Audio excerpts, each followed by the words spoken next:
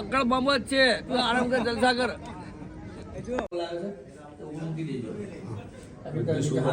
એમાં કઈ રહી ના જાય એ ખાસ જોવાનું મહત્વ છે. ના એ તો હું પર્સનલ કામ મને પછી મને પછી ચલો જય કિનારે શંકા તો કરી જાણે છો એની ખાતો કર્યો ને કીધું હતું ભાઈ અમરભાઈ બરોબર છે ને? હા બરાબર. સરસ તમે સરસ. કહેતા હતા કે નહીં થયું?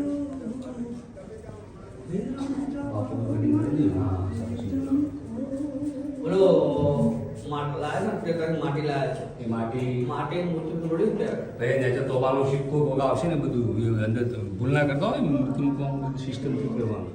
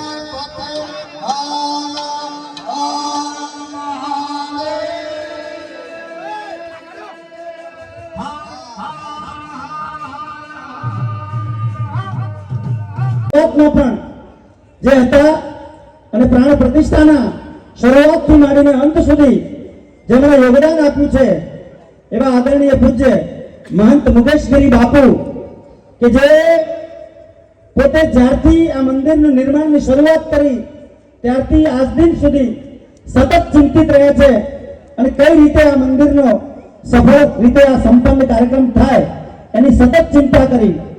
એમણે સતત માર્ગદર્શન આપ્યું, બધી જ વ્યવસ્થા કરી. એની સાથે સાથે એમણે કહ્યું કે બાકીની વિગતો તમે સંભાળો. પૂજ્ય બાબાની જે જ્યોત છે એ જ્યોત છે કે રણુજાથી લેવા માટે પરમ દિવસે એ પોતાની ગાડી લઈને પોતાના માણસો સાથે નીકળી ગયા અને આજે સમયસર વરઘોડો નીકળે એ વખતે જ્યોત લઈને બાપુ આપણી વચ્ચે છે કે રણુજાથી જ્યોત લઈને આપણી વચ્ચે ઉપસ્થિત રહ્યા છે. એવા પૂજ્ય બાપુનો આપણા સૌના ઉપર ખૂબ ઉપકાર છે. તો એવા પૂજ્ય બાપુ જ્યારે આ સમગ્ર કાર્યક્રમ આજનો ભજન સંધ્યાનો એ પોતે હેન્ડલિંગ કરવાના છે, પણ એ પૂજ્ય બાપુ આપણી વચ્ચે ઉપસ્થિત છે. આવતીકાલે આપણો જે સામાજિક સન્માન સમારોહ છે એ સામાજિક સન્માન સમારોહમાં તો આપણે સૌ પૂજ્ય બાપુનું સન્માન કરવાના છીએ, પણ આજે ભજન સંધ્યાનો કાર્યક્રમ આપણે સૌ કરવા તરફ જઈ રહ્યા છીએ ત્યારે એની શુભ શરૂઆત પૂજ્ય મુકેશગીરી બાપુનું આપણે ફુલારથી સન્માન કરીએ અને સન્માન કરીને ત્યારબાદ મંચસ્થ બે ચાર મહાનુભાવોનું સન્માન કરીને આપણે